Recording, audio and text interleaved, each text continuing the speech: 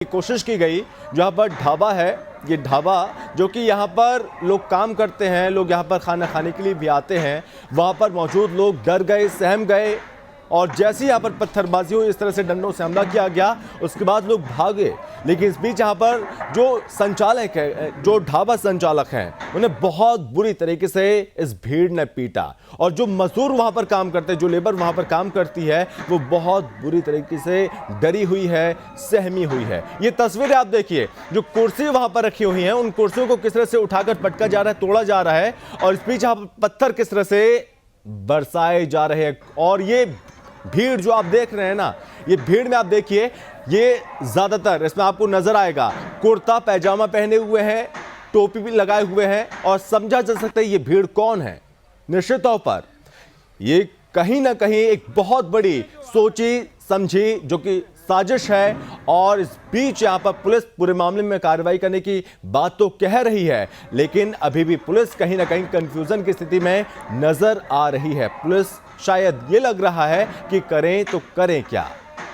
यहां पर पुलिस बताती है कि 10 से 15 लोग थे जो अज्ञात बदमाश, पुलिस की ओर से कहा जाता है, लेकिन ये सीसीटीवी और साथ ही कुछ तस्वीरें भी सामने आई हैं और दूर से मौजूद शख्स ने इस तरह से जो विजुअल है उसको कैप्चर किया अपने कैमरे में और उसके बाद ये तस्वीरें हम आपको टीवी स्क्रीन पर दिखा रहे हैं और समझा जा सकता है कि किस तरह से इस भीड़ ने यहाँ पर लोगों में डर फैलाने की कोशिश की और छत्तीसगढ़ में अब पत्थरबाजी क्या कोई संकेत दे रही है? इस तरह के हमले क्या कुछ संदेश दिए जा रहे हैं?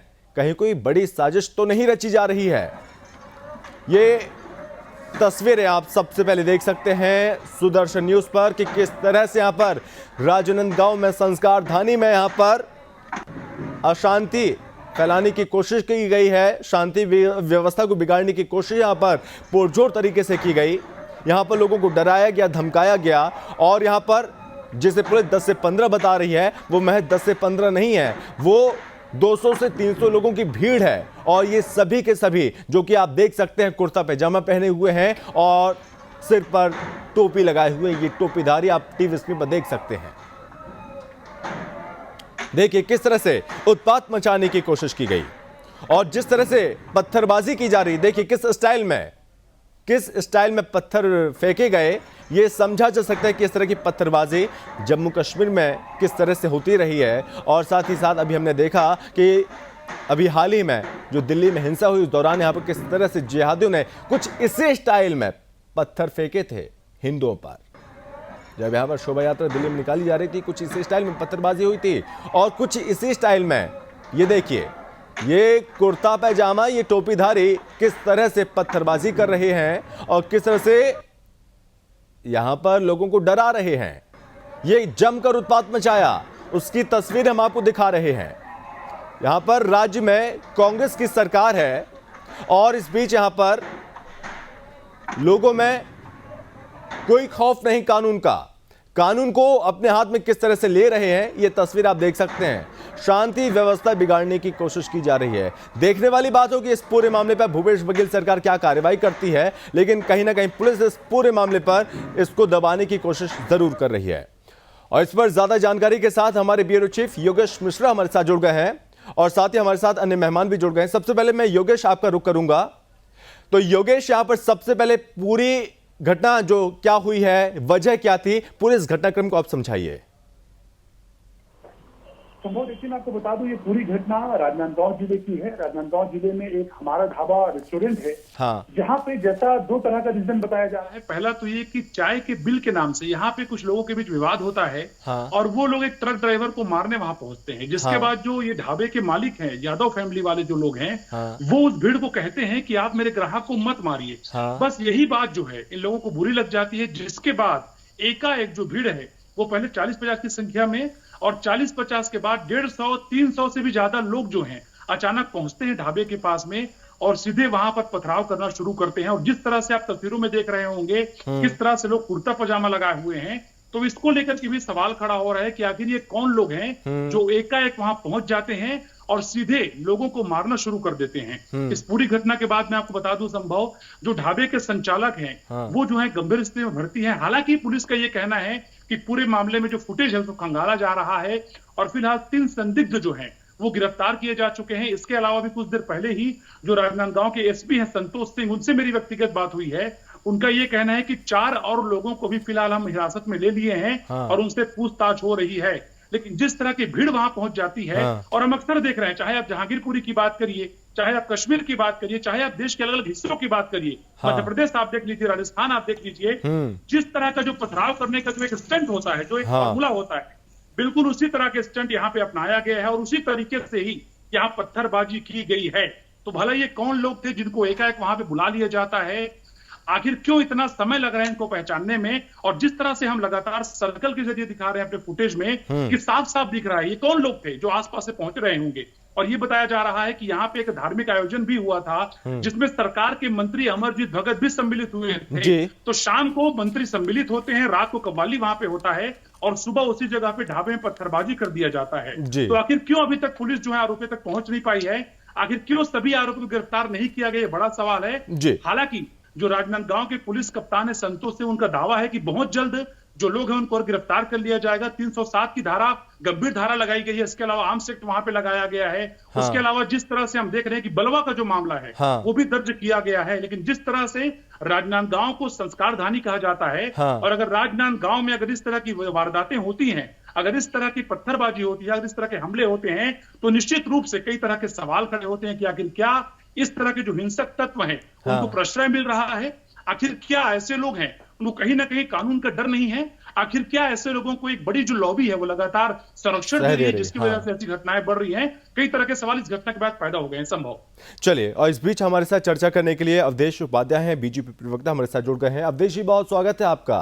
और साथ ही साथ राजनीतिक विश्लेषक हैं हरगोविंद अरोड़ा जी हमारे साथ जुड़ गए हैं और साथ ही साथ हमारे साथ बीजेपी सांसद हैं संतोष पांडे हमारे साथ जुड़ गए हैं। तो संतोष जी, आपका बहुत स्वागत है और सभी मेहमानों को बहुत स्वागत है। संतोष जी, मैं सबसे पहले आपका रुख करूंगा और जानूंगा सर, ये जो संस्कारधानी है यहाँ पर सर क्या हो रहा है? शांति व्यवस्था बिगाड़ने की पूरी कोशिश की जा रही है सर? संस्कारित लोग हैं जो इस प्रकार से अपना ढाबा में जो एक बलवा का रूप और इतना मार किए हैं, पूरे तोड़ के सारा ढाबा बर्बाद कर दिए। आखिर कहाँ से संस्कार होकर थे?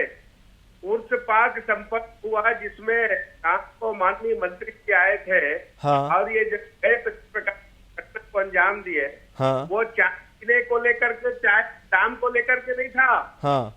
मेरी बात हुई है, मैं हॉस्पिटल देखने गया था दोनों मालिकों को, ढाबा के दोनों भाइयों को। उन्होंने बताया मुझे कि रास्ते में किसी गाड़ी से घुस गई मोटरसाइकिल खटखट। और ये जो है आज यहाँ तो चाय पी रहे थे उस ड्राइवर के साथ बात शुरू कर दिए। तो वास्तव में तो नहीं था, क्या जो भी घटना हुई ट्रक वाले से, ये दूसरे को मारना चाहते तुम ही हो करके, तो उसका बचाव भी ढाबा मालिक ने किया, मारने का काम किया, का काम किया और उसको बचाया।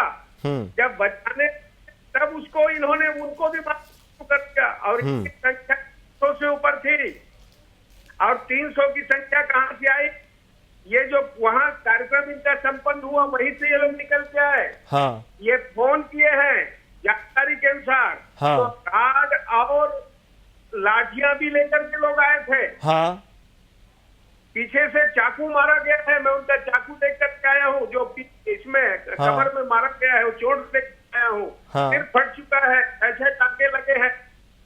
पहली बात यह है कि आज से कुछ हनुमत जयंती के समय यहाँ ये आत्माराम जी कोसत है, उन्होंने कोई सोशल मीडिया में कोई भी एक वाकई किया जो मैसेज आया था, उसकी माफी मांगी। चलिए, उन्होंने गलती किया था, आप जज तो नहीं हो गए, आपने ही उसको निकाल कर इतना मारा, उठना बचा था। और ये कहो कहूंगा मैं कि उसके बाद मारने के बाद 35-40 की संख्या में राजनांदगांव के लखोली चौक गणेश मंदिर के पास ये भीड़ गई। हाँ वहां हिंदू समाज को गालियां दी गई। हाँ मानव मंदिर चौक में गई, भीड़ अपनी गाड़ी को खड़ा करके वहां नारेबाजी तकरीरें किए। हाँ। वहां गालियां दी गई हिंदू समाज देवी देवताओं को। हाँ हनुमान मंदिर के पास गए, हाँ वहां मंदिर के सामने गालियां दी गई, हाँ। तकरीरें की गई। और इतना ही और आपको बता दो जी, इसके पूर्व जब दिल्ली में शाहीन बाग लगा था, हाँ तो एक शाहीन बाग राजनांदगांव के जय स्तंभ चौक में लगाए थे। ये जय स्तंभ चौक में शाहीन बाग चलाने वाले कौन हैं? फ्रांस के राष्ट्रपति का जब विरोध करना था तो मानव मंदिर चौक में जमीनों पर उसके ऊपर पैर रख के चले, जूते से चले, इसलिए उसके पोस्टर लगाए जा रहे थे। जो भारत के मित्र है फ्रांस के राष्ट्रपति, किंतु इनको उनसे दुश्मनी। तो कहीं न कहीं ये जो तत्व है शाहीन बाग लगाने वाले, ये चौकों में जाकर के गाली गलौज करने वाले, यदि एसपी साहब उसी कंट्रोल संतोष जी, संतोष जी, इसे बिल्कुल बर्दाश्त नहीं किया जाएगा, बिल्कुल भी बर्दाश्त नहीं किया जाएगा इस घटना को।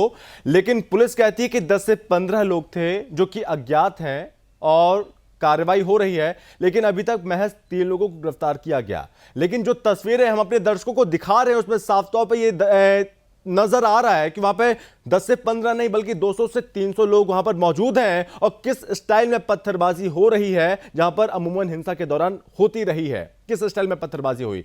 और अब लग रहा है पुलिस जिस तरह से कार्रवाई कर रही है, लग रहा है कि पुलिस इस पूरे मामले को कहीं ना कहीं उलझाने की कोशिश कर रही है। सर बिल्कुल ये कश्मीर नहीं है साहब, ये कश्मीर में भी अब सुधार हो चुका है, धारा 370 हट चुका है। ये जिस प्रकार से राजनांदगांव में कश्मीर दोहराना चाहेंगे, इसे कहीं हिंदुस्तान अपने राजनांदगांव की प्रदेश की जनता इसको बर्दाश्त नहीं करेगी। हाँ। और ये जो तत्व हैं इन्हें चुन चुन करके इन्हें दंड देना पड़ेगा। पुलिस विभाग निष्पक्ष कार्रवाई करे। हाँ। निष्पक्ष कार्रवाई करे, किसी भी प्रकार से किसी को बचाने की कोशिश ना करे, जी, लीपापोती ना करे, नहीं तो समाज उग्र होगा, इसमें कहीं कोई संदेह नहीं है। जी। अब वो सीमा पार हो चुकी है। मैंने पहले भी कहा कि शाहीन बाग बनाया गया था राजनांदगांव जय स्तंभ चौक को। हाँ। संतोष जी आप बने रहिए हमारे साथ, पॉलिटिकल एक्सपर्ट हैं हरगोविंद अरोड़ा जी हमारे साथ बने हुए हैं। तो हरगोविंद जी, हमने जो तस्वीरें देखी, जो तस्वीर हम आपको दिखा रहे हैं, उसमें साफ तौर पर समझा जा सकता है कि राजनांदगांव में शांति व्यवस्था को बिगाड़ने की पूरी कोशिश यहां पर हो चली है। अब वंदे मातरम जी सर। सबसे पहले तो सुदर्शन न्यूज का साधुवाद। हाँ। जो ऐसी घटनाओं को राष्ट्रीय स्तर पर उजागर करते हैं आप लोग, ताकि सोया हुआ भी देश का जो नागरिक है ना, हाँ, वो जाग जाए, हाँ, और उसको यथास्थिति पता लगे। दूसरी बात, मैं पांडे जी से आपके माध्यम से केवल ये कंफर्म करना चाहता हूं, क्या पांडे जी वहां जो कुछ इतनी भीड़ में कुछ बांग्लादेशी होने का भी अंदेशा है आपको? सांसद जी, पांडे जी, संतोष जी, संतोष पांडे जी, नमस्कार जी सर। मैं आपके माध्यम से, क्योंकि आप तो उस क्षेत्र के सांसद हैं, आप तो चप्पे चप्पे से वाकिफ हैं, क्या इस भीड़ में बांग्लादेशी होने की भी कोई संभावना है? हरगोविंद जी, यहाँ पर बांग्लादेशी हो या ना हो, लेकिन जो हम तस्वीरें दिखा रहे हैं उसमें कुर्ता पैजामा जरूर पहने हुए हैं और टोपीधारी ये यहाँ पर नजर आ रहे हैं, किस तरह से यहाँ पर हमला कर रहे हैं और किस स्टाइल में पत्थरबाजी हो रही है। ये तो स्थिति पूरे भारत में नहीं, पूरे विश्व में स्पष्ट है, चाहे वो शादी। आपके सवाल का जवाब दे रहे हैं योगेश मिश्रा, जो आपने पूछा। योगेश बोलिए।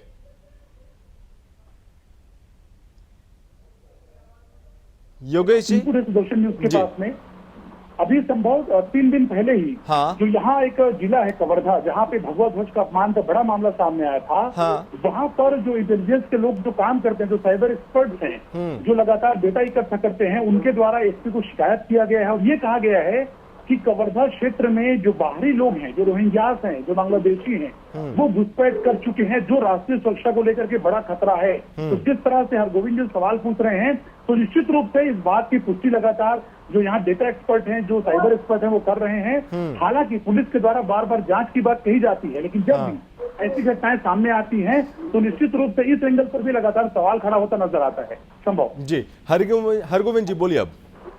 जी पांडे जी, यहाँ आपको मैं संबोधित करके ये बोलना चाहूंगा, भारतीय जनता युवा मोर्चा में मेरा दायित्व रहा और बजरंग दल का भी। तो कांग्रेस के शासन काल में वर्षों से हम ये कहते आए थे कि बांग्लादेशियों को बाहर करो, हम प्रदर्शन करते आए थे। आज सत्ता की ताकत 8 साल से हमारे हाथ में है, हमने कितने बांग्लादेशी बाहर कर दिए। आज भी सांसद महोदय हम असहाय हैं, एक सांसद बनकर, एक गृह मंत्री बनकर हम असहाय हैं इन्हें बाहर करने में। तो कब और कौन करेगा? जनता ने ये ताकत हमें किस लिए दी थी? क्या इसीलिए कि जनता उग्र हो जाए? तो जनता तो कांग्रेस के राज में भी उग्र हो जाती। हाँ, या तो 5 साल के लिए आप सांसद बने हैं, आप अपने दायित्व से, आप अपनी जिम्मेवारी से मुंह नहीं दे सकते। हाँ। वहां के नागरिक की सुरक्षा आपका प्रथम दायित्व बनता है। हाँ। क्या आप इतने असहाय हैं तो फिर आप अपने सांसद पद को छोड़ दीजिए, क्योंकि आप अगर इसमें किंतु परंतु करेंगे तो। और देश के गृह मंत्री 8 साल से स्पष्ट बहुमत की इतनी जबरदस्त डिसीजन वाली सरकार है। आज तक हमने 8 वर्ष में क्या 80 बांग्लादेशी कान से पकड़ के बॉर्डर के बाहर किए? नहीं। क्या हम उसके लिए 80 वर्ष इंतजार करेंगे? जी अवधेश जी। जी, ये तो जनता के मत का अपमान है, जनता के मत से धोखा है ये। चलिए अवधेश जी, मैं आपका रुख करूंगा और समझना चाहूंगा कि जिस तरह की घटना सामने आ रही है अब छत्तीसगढ़ में, क्या लगता है कि यहाँ पर माहौल बिगाड़ने की कोशिश अब हो चली है? पहले हमने देखा जिस तरह से राजस्थान, उसके बाद अब यहाँ पर मध्य प्रदेश, दिल्ली और जम्मू में तो हमेशा होती ही रहती है, उत्तर प्रदेश में भी इस तरह की घटनाएं सामने आई हैं, और अब छत्तीसगढ़ में, जो कि अब इससे अछूता नहीं रहा। ये समझ में आवाज आ रही है मेरी? बिल्कुल सुन पा रहा हूं सर। देखिए, सरकार छत्तीसगढ़ में ये घटना को अंजाम दिया गया है। हाँ। शांति दूतों द्वारा। हाँ। उससे ये प्रतीत होता है कि जहां जहां कांग्रेस की सरकार है, हाँ। कांग्रेस की सहयोगी दलों की सरकार है, वहां जो है कश्मीर दोहराने की कोशिश की जा रही है, जो कि अभी हमारे सांसद जी ने भी कहा, बिल्कुल सही कहा। देखिए, ये बताइए आप, जहां गैर भाजपा शासित राज्य हैं जो, वहीं ये घटनाएं क्यों होती हैं? पत्थरबाजी क्यों होती है? हिंदू त्योहारों पर पत्थरबाजी होती है, हिंदुओं को मारा जाता है, लेकिन एक जो विशेष वर्ग है हमारे देश में, वो इस बात में चुप रहता है। हाँ। लेकिन यदि ऐसी ही भीड़ किसी एक विशेष समुदाय के शांति दूत को मारती है, तो ये सभी लोग जो एक हमारे ग्रुप है हमारे देश में, वो बाहर निकल आता है, सड़कों पर निकल आता है। जब इनके जो अवैध निर्माण पर बुलडोजर चलता है, तो लोग हाई कोर्ट पहुंच जाते हैं, सुप्रीम कोर्ट पहुंच जाते हैं। ये केवल जो संरक्षण देता है इन लोगों को, जो ये भीड़ है, जो इनको संरक्षण देता है, ये वही कार्य करते हैं जहां की सरकार होती है। जी, आपके ये केवल अशांति फैलाने का काम करते हैं। जी, बड़ी विनम्रता से आपसे मैं ये पूछना चाहता हूँ, क्या वो जो लोग इनको संरक्षण दे रहे हैं मुट्ठी भर, जिनके पास कोई ताकत ही नहीं है, वो सरकार से ज्यादा शक्तिशाली हैं। अगर वो सरकार से ज्यादा शक्तिशाली हैं, तो ये शर्म का विषय नागरिक के लिए नहीं, सरकार के लिए है, और उस पूर्ण बहुमत की सरकार के लिए, जिसके लिए वो चंद मुट्ठी भर लोग। अवधेश जी, हमारी भावनाएं आहत हैं। अब एक मिनट, संतोष पांडे जी सांसद हैं, वो हमारे साथ बने हुए हैं। संतोष जी, क्या आप मुझे सुन पा रहे हैं? बिल्कुल सुन पा रहा हूँ साहब जी।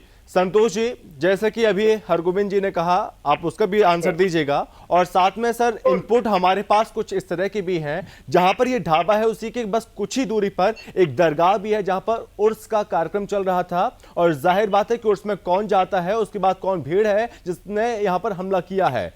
और उसी उर्स में ये भी इनपुट हमारे साथ कि यहाँ पर अमरजीत भगत जो मंत्री हैं वो भी यहाँ पर पहुंचे हुए थे, और उसके बाद सर इस तरह की घटना सामने आती है। जी सर बोलिए। पहली बात तो यह है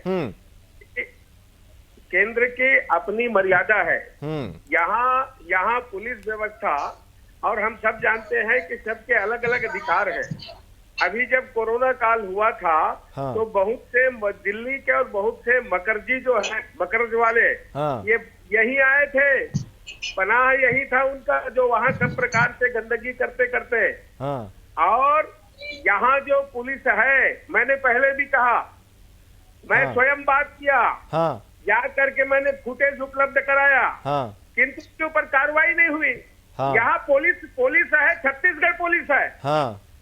आज जो केंद्र का काम है, चाहे बॉर्डर की सुरक्षा हो, चाहे कश्मीर की बात हो, जहाँ बड़ी बड़ी लाइन ऑर्डर की बात, उसमें कहीं अमित शाह जी पीछे नहीं है, केंद्र पीछे नहीं है। तो छत्तीसगढ़ में तो भूपेश की पुलिस काम कर रही है ना जी। हरगोविंद जी सुन रहे हैं। यहाँ जिस प्रकार से ढीला ढाला काम है, इसके लिए यदि कोई दोषी है, राजनांदगांव में यदि कोई दोषी है, आज यहाँ राजनांदगांव और कवर्धा के जंगलों में, आज जंगलों में भी इनके धंधा करने वाले पूरे फैल चुके हैं। कवर्धा में जो घटना हुई, मेरे ऊपर 18 धारा लगी है। कवर्धा में झंडा वाली घटना को जो अपमान किया गया, पैरों तले रौंदा गया, उसके बाद वहाँ कर्फ्यू के साये में कवर्धा रहा। भेदभाव किसने किया? छत्तीसगढ़ की पुलिस, भूपेश की पुलिस ने किया। 80 लोगों को गिरफ्तार किया गया है। और एक तरफ उनके लोग जो दिख रहे हैं फुटेज में, गिरफ्तार नहीं किया गया। ये पक्षपात यहाँ की पुलिस कर रही है। ये कोई सीआरपीएफ आकर के या केंद्र के लोग यहाँ कार्रवाई करने नहीं आएंगे। केंद्र अपनी मर्यादा में है, किंतु यहाँ की पुलिस को जवाब देने की जरूरत है। लेकिन जो ऐसी गंदगी सर प्रदेश में बढ़ती जा रही है, उसको भी खत्म करना बहुत ज्यादा जरूरी होगा जी। जो गंदगी प्रदेश में बढ़ती जा रही है, इस तरह की मानसिकता बढ़ती जा रही है, उसको भी बहुत जल्द सफाया करना बहुत ज्यादा जरूरी होगा सर। बिल्कुल बिल्कुल, इसमें एक्शन लेने की जरूरत है। कोताही बरतने की जरूरत नहीं है जी। पुलिस कड़ी से कड़ी कार्यवाही करे। हरगोविंद जी बोलिए। इनके अपराधी भाग रहे हैं, भागने से पहले इनको पकड़ा जाए। मंत्री भी शामिल हुए थे। सांसद संतोष पांडे जी, जब हमें केंद्र की सरकार को अपने राजनीतिक विरोधियों को ठिकाने लगाना होता है, तब तो वो किसी भी राज्य में जाकर किसी भी हद तक अपनी एजेंसियों का प्रयोग कर सकते हैं। मेरे को आज तक ये नहीं आया समझ के। और जिस क्षेत्र में सांसद ही इतने असहाय हैं, तो अब स्थिति एकदम साफ है कि जनता का वहां कुछ होने वाला है नहीं। दूसरी बात, जो हमने सीएए बनाया था, उस पर मैंने स्वयं आभार व्यक्त किया था गृह मंत्री जी का कि ये बना, तो क्या उसको कागजों में बंद करने के लिए था? मैं एक कॉलेज के जमाने में एक लड़की से प्रेम करता था, मैंने उसको एक प्रेम पत्र लिखा, लेकिन मैंने वो उसको दिया नहीं, अपनी कॉपी में बंद करके रख दिया। तो वो मेरी प्यार की हसरत तो दबी की दबी रह गई, मेरी प्रेम कहानी का तो कुछ। अब ये सीए बिल्कुल ऐसे ही है कि हमने प्रेम पत्र लिखकर अपनी किताब में छुपा के रख दिया, बोलिए, जिससे हमने प्रेम किया तो पहुंचाया नहीं। एक सेकंड, मैं संतोष पांडे से पूछना चाहता हूँ, संभव जी जरूर पूछिए। एक मिनट हरगोविंद जी, एक मिनट योगेश जी बोलिए। संतोष पांडे जी, आप बताइए, वहां पे एक आयोजन होने की बात भी सामने आ रही है कि रात को वहां पे आयोजन हुआ है और उससे पूर्व संध्या पे सरकार के एक मंत्री भी पहुंचे हुए थे। जरा इस बात को स्पष्ट करिए, आपके पास क्या जानकारी है इसको लेकर के? मुझे भी जानकारी लगी है, किंतु अभी जो भाई साहब बोल रहे थे, मैं थोड़ा सा उत्तर दे दूं? जी दीजिए सर।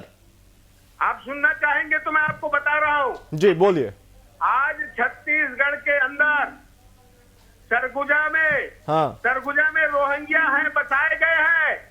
आप मुझे पूछ रहे हैं ये रोहिंग्या को किसने बसाया? ये कब से बसे हुए हैं सर, कब से? और अरे आप देख लीजिए, वहाँ पेपरों में छपा है, आपको कहे तो मैं कटिंग भेज दूंगा और मैं आपको बता दूं जी, और बता दूं मैं। गृह मंत्री जी को भेजिए। अभी मेरी बात सुन लीजिए पहले। अभी माननीय पूजनीय हमारे सम्माननीय प्रदेश के मुख्यमंत्री भूपेश बघेल के पिताजी जब उनको जाना होता है तो मानपुर और मोहला के जंगलों में किससे मिलकर के आते हैं? ये सरजू राम से काम कौन है? क्या इनके ऊपर धाराएं नहीं लगी है? क्या इनका संबंध जंगल वालों से नहीं है? ये क्या बात करते हैं? जितने भी इस देश के विरोधी है, विधर्मी है, देश तोड़ने वाले हैं, ये सबसे इनका यदि संबंध है, कहीं कोई प्रकार का संदेह नहीं है, क्या जांच कराएंगे? जी, ना कविता से ना दोहे से। संयम है कोतवाल तो डर कैसा, जो चाहे वो हो रहा है यहाँ, लूट हत्या बलात्कार, जिस प्रकार से नकबजनी चल रही है। तो यहाँ सर विपक्ष क्या कर रहा है? विपक्ष को अपनी भूमिका निभानी चाहिए, सरकार पर दबाव बनाना चाहिए। विपक्ष अपनी भूमिका निभा रही है जी। तो सरकार के अंदर जो है उनका दायित्व बनता है कि नागरिकों की रक्षा करना। अवधेश इस प्रकार से जो बलवा और जो दंगे हो रहे हैं लेकिन एक सांसद का दायित्व नहीं है नागरिक की रक्षा करना। जी अवधेश जी बोलिए। सांसद का दायित्व पांडे जी नागरिक की रक्षा करना नहीं है। जैसे माननीय सांसद जी ने बताया, बहुत सही बात कही उन्होंने। हाँ देखिए कहीं ना कहीं जिम्मेदारी राज्यों की बनती है। एक बात बताइए, एक साथ 200 लोगों की भीड़ एक ढाबे पर पहुंचना क्या है ये? ये कोई एक तो है नहीं कि अचानक पहुंच गई, ये तो पूरा प्लानिंग किया गया होगा ना। पहले हम जाएंगे, पुलिस तुम लोग मारेंगे, लोगों को डराएंगे, लोग डरेंगे। इनका काम केवल हिंदू और हिंदुत्व को डराना है। कांग्रेस का यही शुरू से रवैया रहा है। कांग्रेस का हाथ देश विरोधियों के साथ, कांग्रेस का हाथ भ्रष्टाचारियों के साथ। तो ये तो पूरा विश्व जान चुका है कांग्रेस का हाथ किसके साथ है। जिसने रोहिंग्या, अभी बात हुई थी रोहिंग्या किसने बसाए? भैया रोहिंग्या जो है, देखिए भारतीय जनता पार्टी जो केंद्र में आई है वो 2014 से आई है। लेकिन रोहिंग्या कोई 2014 के बाद थोड़े ना आए हैं, ये तो पहले से आए हुए हैं। अच्छा, तो पहले 2014 से कितने रोहिंग्या बाहर हुए? जमाई बनाया है जिन्होंने, वो जिम्मेदार हैं और उन्हीं के राज्य में रह रहे हैं। वहीं पत्थरबाजी करते हैं, वहीं हिंदू त्योहारों पर ये भीड़ मचाते हैं। अवधेश जी 2014 से पहले, अब अवधेश जी सुन पा रहे हैं मेरे को आप? जी सुन रहे हैं वो, बोलिए आप सुन रहे हैं वो। 2014 से पहले मैं मानता हूं सारे रोहिंग्या आ गए और 2014 के बाद एक भी नहीं आया। ये कांग्रेस ने बसाए, क्या हमने भगाए? बिल्कुल, हमने तो भगाने का काम किया है। देखिए आसाम से बहुत सारे जो लोग थे तरीके से रह रहे थे वो निकाले गए, उसके लिए हम एनआरसी लाए। सर ये बात की बातें हैं, कौन किसने बसाए किसने नहीं बसाए वो कार्रवाई आप लोगों को करना है। लेकिन एक मिनट लेकिन अवधेश यहाँ पर कार्रवाई सबसे पहले ये बनती है, अगर इस तरह की यहाँ पर हिंसा हो रही है, इस तरह की पत्थरबाजी हो रही है तो यहाँ पर कार्रवाई सबसे पहले होनी चाहिए। अगर यहाँ पर कार्रवाई नहीं होगी तो निश्चित तौर पर अगले जिले का नंबर जल्दी आने वाला है। फिर सर बिल्कुल सही बात। देखिए जिस तरह से यहाँ पे जो घटना को अंजाम दिया गया है, जो अंजाम को देने वाले हैं उन पर कार्रवाई करनी चाहिए, राज्य सरकार की जिम्मेदारी बनती है जी। क्योंकि भीड़ का चेहरा किसी को पहचान में नहीं आता, वो पहचानना पड़ता है। और आपके चेहरे टीवी ने साफ दिखा दिया कौन कौन है उसमें। आखिरी कमेंट संतोष जी मैं आपका लेना चाहूंगा सर, क्या कार्रवाई होनी चाहिए सर? इसके लिए आप सर विपक्ष की भूमिका में है, वहां पर बीजेपी है, तो सर बीजेपी को क्या करना चाहिए? कार्यवाही होनी चाहिए और वैसे ही कार्यवाही होनी चाहिए। यदि ऐसे कानून को हाथ में लेने वाले लोग और इस प्रकार का बलवा और इतनी घटिया काम करेंगे तो कार्रवाई तो जैसे मध्य प्रदेश में हो रही है जी, ऐसे उत्तर प्रदेश में योगी जी के राज में हो रही है। यहाँ भी बुलडोजर चलना चाहिए, बुलडोजर वाली कार्रवाई होनी चाहिए। हरगोविंद जी ये घटना को अंजाम देने वाले हैं, इसमें कहीं न कहीं शासन का कानून का डर हो। जब तक कानून को डरेंगे नहीं, शासन को और कंट्रोल नहीं होगा तो इस प्रकार का सामाजिक तत्व अपना सर उठाएंगे। कार्यवाही, कड़ी कार्रवाई होनी चाहिए और शीघ्र कार्रवाई होनी चाहिए जी। इसमें हरगोविंद जी क्या लगता है कि ऐसे अपराधियों पर बुलडोजर चलना चाहिए? बिल्कुल, उनका पहचान करके वही कार्रवाई हो जो उत्तर प्रदेश आखिरी कमेंट जी, हरगोविंद जी बोलिए। बीमारी जो छोटी सी कांग्रेस के राज में थी वो आज इतना विकराल रूप इन घुसपैठियों की ले चुकी है। पहले उस बीमारी को खत्म कीजिए। बुलडोजर, केवल चंद लोगों पे बुलडोजर चला देने से ये देशद्रोही देश छोड़ के भाग नहीं जाएंगे।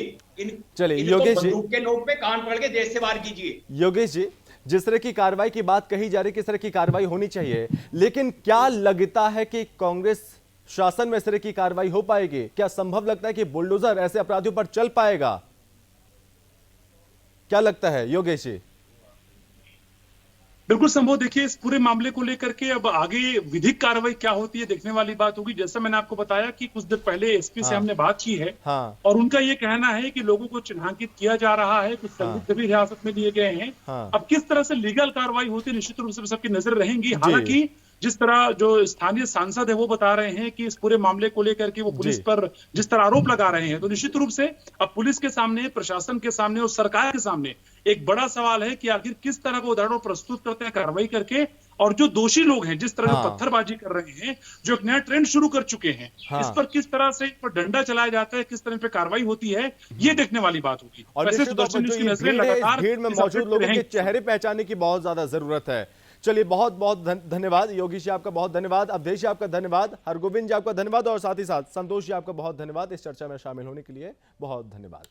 तो पिछले कुछ दिनों से लगातार यहां पर विवाद बढ़ रहा है। मामूली विवाद में भीड़ जो कि पत्थर बरसाने लगती है, डर पैदा करने की कोशिश करती है, और ये घटनाएं समय समय पर पूरे देश के कई हिस्सों में सामने आ रही है। और इस बार नंबर आया है छत्तीसगढ़ का, जहां पर छत्तीसगढ़ में इस तरह की पत्थरबाजी हुई और लोगों में डर फैलाने की कोशिश की गई। और इस बीच यहां पर सरकार को, पुलिस को चाहिए, प्रशासन को चाहिए कि ऐसे जो अपराधी हैं, जो ऐसे आरोपी हैं, उन पर कड़ी से कड़ी कार्रवाई जरूर की जाए।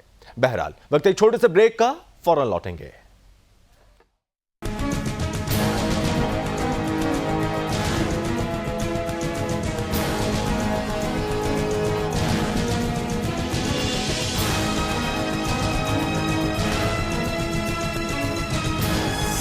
आप देख रहे हैं सुदर्शन न्यूज।